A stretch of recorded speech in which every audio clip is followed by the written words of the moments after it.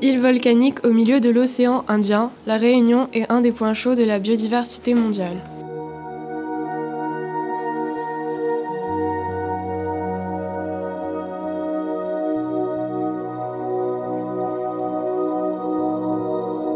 Elle est reconnue internationalement pour ses pitons, cirques et remparts, mais aussi pour son milieu marin exceptionnel.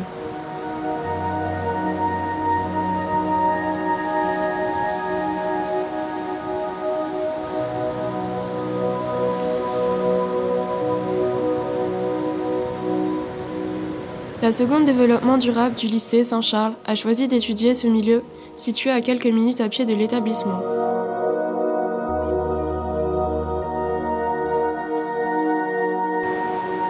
D'un point de vue géologique, le récif corallien de Saint-Pierre est encore très jeune. Il est de type frangeant.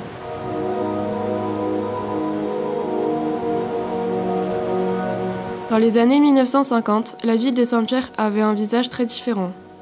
Les bâtiments étaient nettement moins nombreux qu'aujourd'hui. À cette époque, le train était le principal moyen de transport de passagers.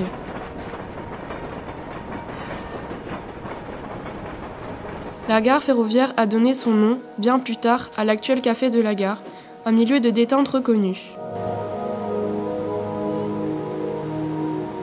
Le récif corallien est un écosystème au centre des enjeux du développement durable de la Réunion. En effet, il associe des préoccupations environnementales, mais aussi économiques et sociales. D'un point de vue environnemental, il constitue un des écosystèmes les plus riches au monde. Par ailleurs, de nombreuses personnes vivent d'activités liées de près ou de loin au récif corallien.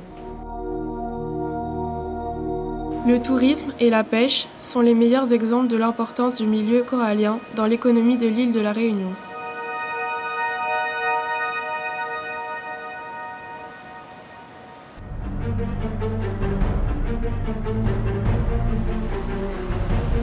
De nombreuses menaces pèsent sur cet écosystème fragile. En premier lieu, il y a des menaces naturelles constituées par les cyclones.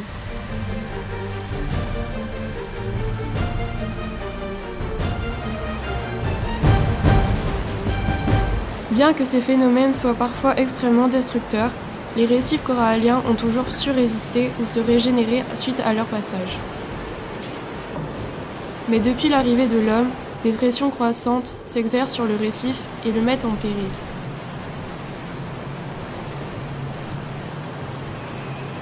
En 65 ans, l'homme a considérablement densifié le centre-ville de Saint-Pierre.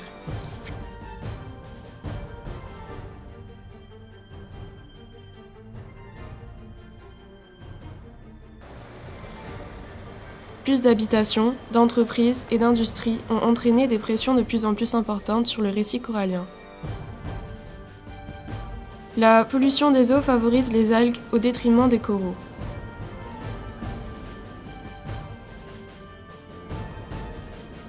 De plus, les constructions proches de la plage ont accentué l'érosion. Nous avons déterminé que Saint-Pierre a perdu plus de 50% de sa surface de plage depuis 1950. La surfréquentation des plages ainsi que le piétinement et la surpêche peuvent aussi avoir des effets catastrophiques. Nous avons alors décidé d'aller voir ce qu'il en est.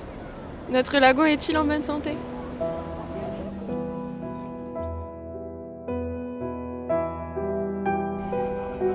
Après avoir suivi une formation à l'aquarium de Saint-Gilles avec nos professeurs, nous étions prêts pour étudier notre récif.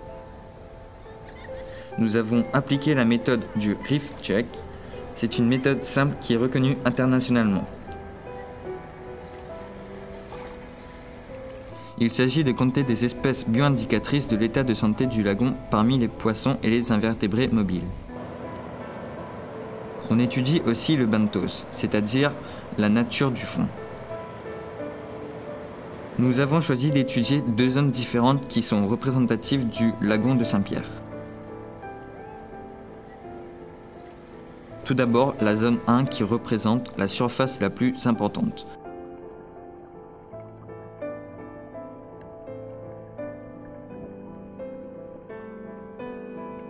Le long du transect de 100 mètres que nous avons déroulé sous l'eau, nous avons exclusivement rencontré des débris coralliens. Les principaux poissons observés ici sont des poissons chirurgiens striés avec parfois quelques poissons balistes.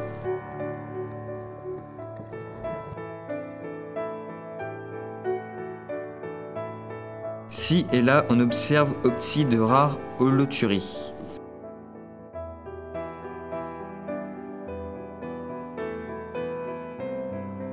Cette faible biodiversité et la prépondérance de poissons herbivores nous indiquent un milieu pauvre où le corail vivant a été surplanté par des algues.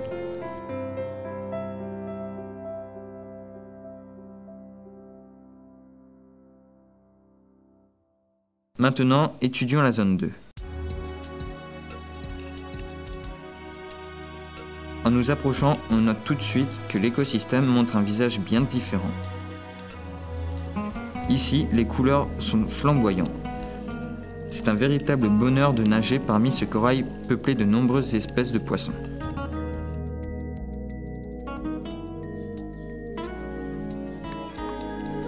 Thibaut et François sont chargés de prendre des photos qui seront analysées au laboratoire.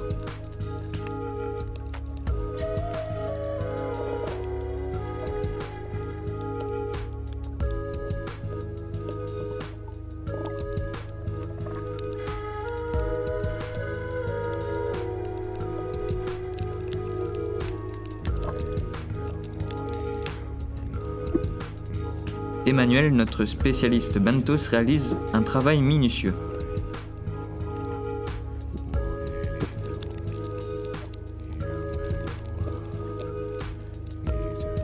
Tous les 50 cm, elle note la nature du substrat, qu'il soit par exemple du corail vivant, du corail mort, des débris ou du sable.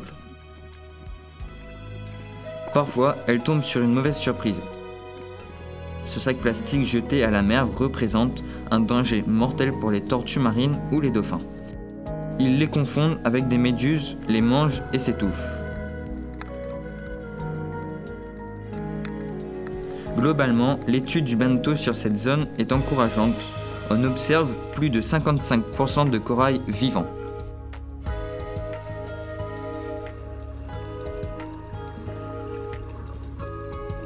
Romain et William répertorient les invertébrés dans des zones de 100 mètres carrés. Ici, ils observent un beau-bénitier. Ce mollusque est souvent pêché pour sa chair, mais aussi pour en faire des objets de décoration.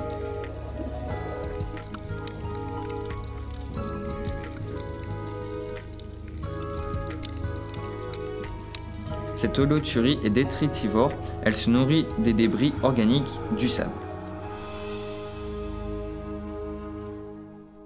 Finalement, force est de constater que bien peu d'invertébrés sont rencontrés dans cette zone.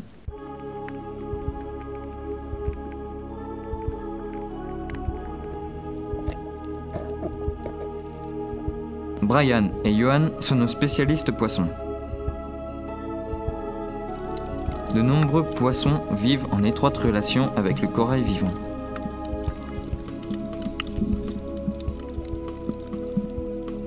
En effet, celui-ci leur fournit nourriture et protection. Ici, ils jouent le rôle de nurserie pour des poissons demoiselles juvéniles.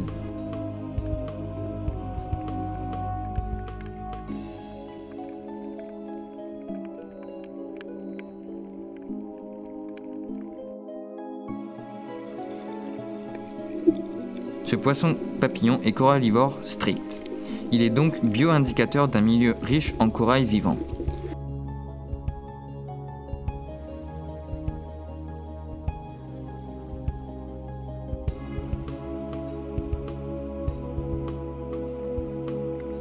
Voici la fameuse demoiselle noire. Lorsque le corail décline, cette espèce en profite pour y cultiver un gazon algal dont elle se nourrit. Gare au plongeur qui s'en approche car elle n'hésitera pas à les mordiller pour l'éloigner.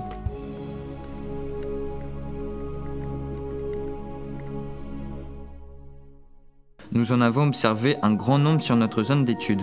C'est le signe que le milieu est menacé.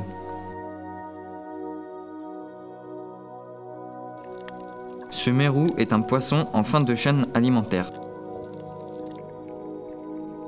Il est très prisé pour sa chair.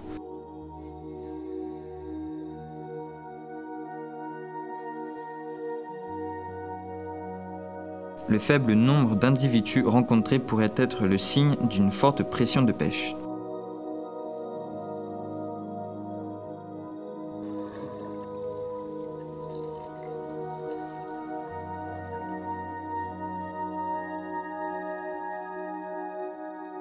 Nous avons complété notre travail par des analyses physico-chimiques de l'eau de mer.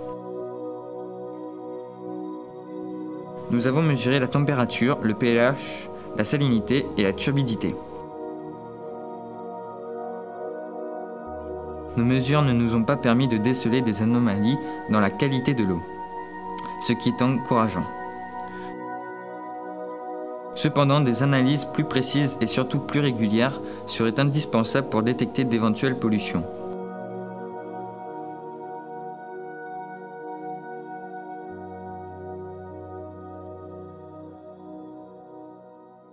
En conclusion, nous pouvons dire que notre récif corallien conserve une belle vitalité dans certaines parties de notre zone d'étude.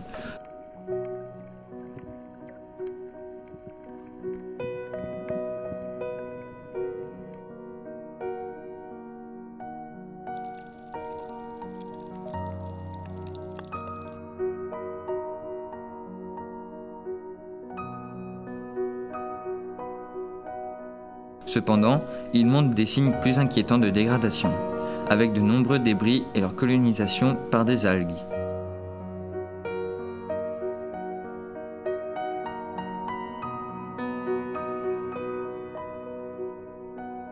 Nous allons poursuivre notre étude sur le long terme pour mieux comprendre ce milieu complexe.